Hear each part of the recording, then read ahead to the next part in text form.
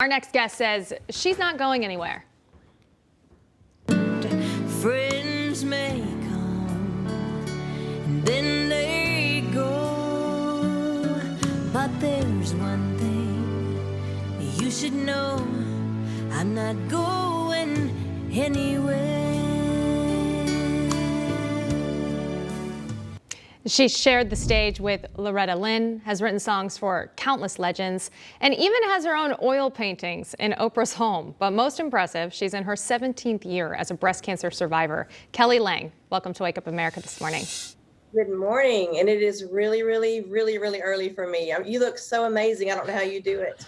Oh, it takes a village, Kelly, but you look amazing as well, and we thank you for joining us. I know you detail your journey in your new autobiography with the same title as your song, I'm Not Going Anywhere, that we were just playing. Can you tell us a little bit about that book? This book is a labor of love. A friend of mine named Kim Fannin was challenging me after she knew that I had cleaned out my garage and ran into some scrap paper that I had written down notes when I had been diagnosed several years earlier.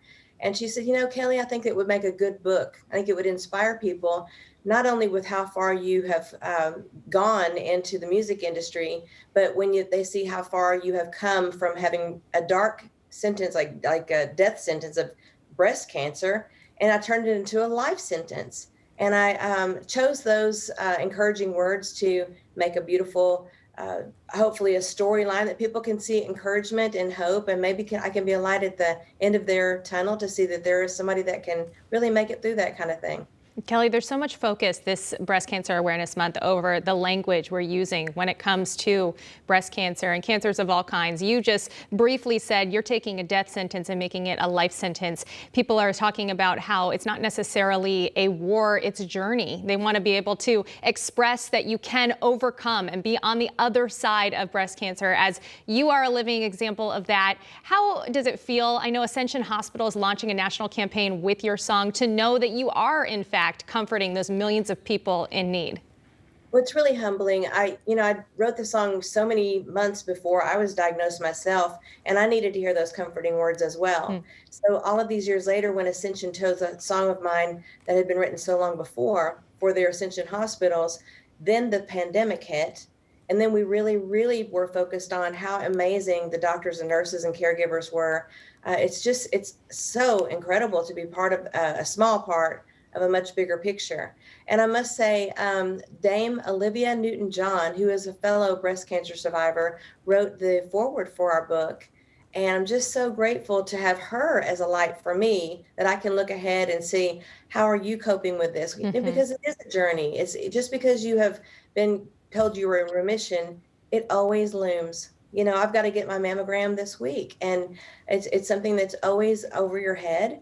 And I think the thing that I like to get across in my book is that it is a journey, and everyone has scars. Everyone has something they wish that they didn't have to go through.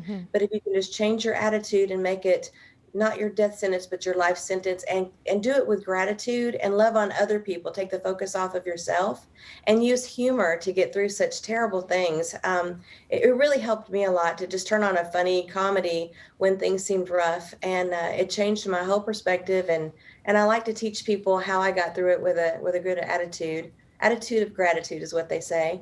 Your attitude is so inspirational, Kelly, and I know that you not only just talk about it, you do the work. You take your fans along with you to that mammogram that you said you have to do. And that's a very personal space. And a lot of things, for whatever reason, men and women that go get checked don't like to talk about so much. So why is it that you chose to do that and clearly encourage others to go get theirs as well? Well, you know, it would be, I was like that for a long time. I did not choose to talk about it. I just wanted it behind me. I didn't want anybody to feel sorry for me. I just wanted to get it over with. It was a nuisance to me. But I just felt after all of these years, wow, I didn't know if I would live this long. I had no earthly idea that the doctor even said she was concerned I wouldn't live past 40, you know.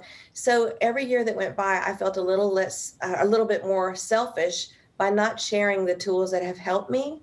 I know not everybody has the same end to their situation, and for that I feel a little remorse that I was able to scathe by a little bit better, but I really did promise God that if he would allow me to survive this, I would do my best to be a ray of hope and help others through it. And through this book and through the song, hopefully somebody will have heard the words or maybe been inspired by my story and be able to be healed.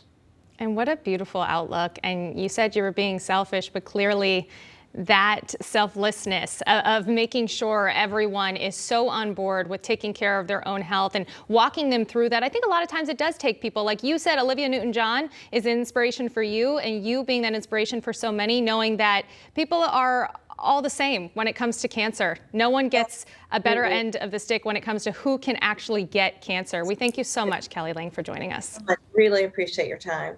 Absolutely. All right.